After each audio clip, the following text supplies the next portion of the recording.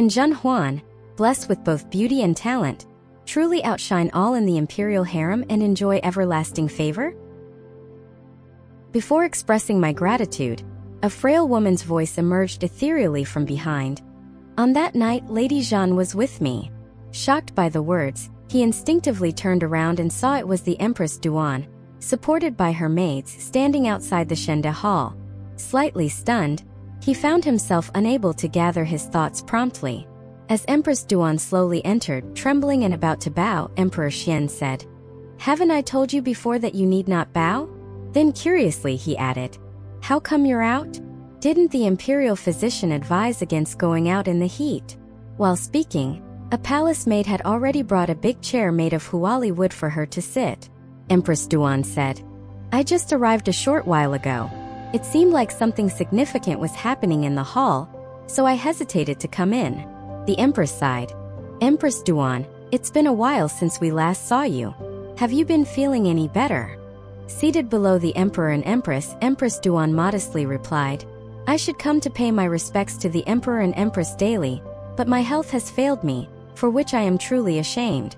I heard early today that Princess Wen was unwell, and couldn't rest easy, so I rushed over to see." Then, smiling at Emperor Zhen, she added, "Fortunately, I came, or else Shende Hall might have witnessed a grievance like Doi's." Emperor Zhen asked, "Empress Duan, you mentioned that you were with Lady Zhen that night, is that true?"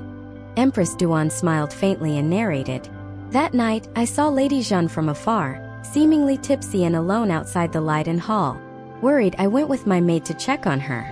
We met at the Jade Belt Bridge near the Fanua Lake and walked together to my Yuhua Pavilion. We had a pleasant chat for a long time." Her smile was like a pale floating cloud. Turning to her maid, she said, "Rui." The maid named Rui knelt and said, "Yes." That night, Her Highness and the young mistress were discussing Buddhist scriptures at Yuhua Pavilion, finding much in common. Later, the young mistress mentioned it was getting late and hurried back to the Leiden Hall. The Empress, with a smile, said, "In that case, Princess Wenyi's matter has nothing to do with Lady Zhen." Huifei turned her gaze to Empress Duan and said, "It's quite a coincidence that Empress Duan arrived just in time, like a timely rain." Her smile seemed ambiguous, her eyebrows slightly raised. "I heard you've been unwell and recuperating in the palace. How come you were in such good spirits that night to disregard the imperial physician's advice and go out?" Empress Duan showed a slight embarrassment but replied calmly, "Indeed, someone with a prolonged illness should not go out. But being confined in the palace for too long can also be unbearably dull. That night, hearing there was a banquet in the palace and thinking it wouldn't disturb anyone, I took my maid out for a breath of fresh air." Finishing with a gentle and shallow smile at me, "It seems I was destined to meet Lady Zhen." Even without being particularly clever, I knew Empress Duan was helping me, but I couldn't fathom why she would do so abruptly without understanding the ins and outs. However, there was no time to ponder, and I quickly responded with a smile, "Yes, I feel the same way." "Oh." Huifei's eyes narrowed, and her long eyelashes cast a pair of dark arcs on her snowy white powdered face. The gold beads on her eyelashes, seemingly burdened, glittered intensively, dazzlingly bright and extraordinarily luxurious. She said, "Then I have a question. Why didn't Lady Zhen mention her encounter with Empress Duan earlier? There was no need to suffer so unjustly." Just as Empress Duan was about to speak, she suddenly choked on a cough. Gasping for breath and turning red-faced, she pointed her finger towards me. I immediately understood and said with neither humility nor arrogance, "It was not my intention to keep this from the Emperor and Empress. It was just that Empress Duan did not wish her outing to be known, to avoid causing worry and inadvertently burdening their majesties with undue concern. Hence, on that day, Her Highness and I agreed to keep this matter to ourselves. Little did I expect it to become entangled with the princess's affair. I thought, given the Emperor's wisdom and the Empress's sagacity, the truth would eventually emerge, clearing my name. Moreover, I did not want to break my promise to Empress Duan, hence I remained silent." Huifei wanted to say more, but Empress Duan had caught her breath and slowly said, "Does my sister Huifei not believe me?" Huifei responded, "It's not that I am overly suspicious, but it seems that you are quite familiar with Lady Zhen." Empress Duan smiled faintly.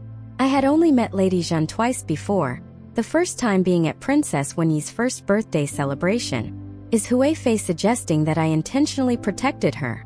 She said, shaking her head sorrowfully. Given my frail health, I should not be meddling in affairs, let alone fabricate lies to protect a newly favored Lady Zhen.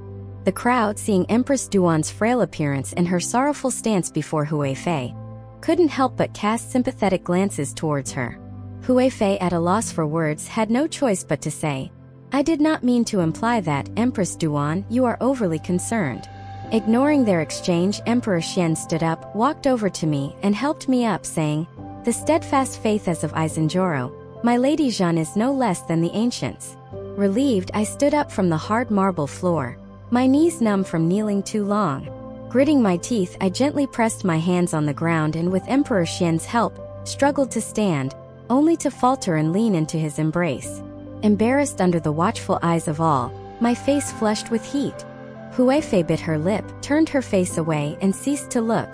The Empress gently said, Sit down for now. We'll have the imperial physician take a good look later. With the summer clothes being so thin, we wouldn't want you to kneel yourself into sickness. She said this while casting a glance at Huifei. Promptly, an attentive palace maid placed a chair next to Empress Duan for me to sit. Seeing that I was seated and unharmed, Emperor Xian let go of my hand. Empress Duan looked around at the palace maid standing behind the concubines, coughed a few times with a pale face and slowly said, If my sister Huifei doubts my words, it's understandable. Just now, I seem to have heard outside the hall that a palace maid saw Lady Zhen heading towards the Yanyu Zhai on that night. Perhaps it's better to clarify this matter to avoid future disputes. I wonder what the Emperor and Empress think. The Empress said, Of course, that would be best. She said with a hint of sternness, Which two were the ones who accused Lady Zhen just now? Immediately, two palace maids plopped to the ground, their faces pale and bowed to the floor. The Empress asked, Did both of you personally see Lady Zhen enter Yanyu Zhai? One palace maid said, I saw Lady Zhen heading towards Yanyu Zhai, but whether she entered or not, it seems. What do you mean by it seems? It's utterly baseless. The Empress then turned to the other maid. And you? She bowed even lower, panicking. I only saw Lady Zhen by herself. The Empress ignored them and simply said, What do you think, Your Majesty? Emperor Xian showed a look of disgust. Let the Empress handle it. Just one thing, do not indulge the palace staff in this kind of baseless speculation. The Empress instructed Zhang Fuhai at her side. Take them away and slap each of their mouths 50 times as a warning to others. Outside the window, the crisp and loud sound of slaps followed by the cries of palace maids quickly filled the air. Huifei appeared indifferent, turning her head away as if she heard nothing, and with a swift flick of her eyelashes, she glanced at Lady Qiao Zhan, then demurely lowered her gaze and sat upright. Lady Qiao Zhan, holding Princess Wenyi, stepped forward with shame, saying, I wrongly accused Lady Zhen just now. I am truly sorry. I merely shook my head. There's no need. As a mother and sister, it's natural to be concerned and confused. Huifei forced a smile. I misunderstood Lady Zhen earlier because of my concern for the princess. I acted too hastily, and I hope Lady Zhen won't take it to heart. I smiled and looked her in the eye. How could I? I fully understand your highness's intentions. Huifei was left speechless by my retort and had no choice but to say, It's good that Lady Zhen understands. The atmosphere remained somewhat tense. Empress Duan, leaning on her chair, said to Emperor Xian with a light laugh, The other day, I heard beautiful singing from afar near the Leiden Hall, which sounded very familiar. I wonder who was singing. Emperor Xian was momentarily stunned, but the Empress quickly said, It was the newly favored concubine An. No wonder it sounded familiar to you. She has been the one singing in the palace these days. She then called Lingrong to come forward and pay her respects to Empress Duan. Empress Duan took her hand and looked at her closely for a while, saying, You have a very delicate appearance. Congratulations to the Emperor for gaining another beauty. Emperor Xian smiled and nodded. I was secretly amazed, having always thought of Empress Duan as frail. Yet, she was insightful and composed in her response. However, her way of giving compliments was rather repetitive, simply repeating congratulations to the Emperor for gaining another beauty, to both me and Lingrong, truly lacking originality. Emperor Xian personally escorted me back to the Ifu Pavilion before returning to the Luqiao Shuanan Palace to attend to government affairs. Follow us to avoid getting lost and enjoy endless exciting stories. For more content, please go to the Story Wall homepage to view more exciting novels.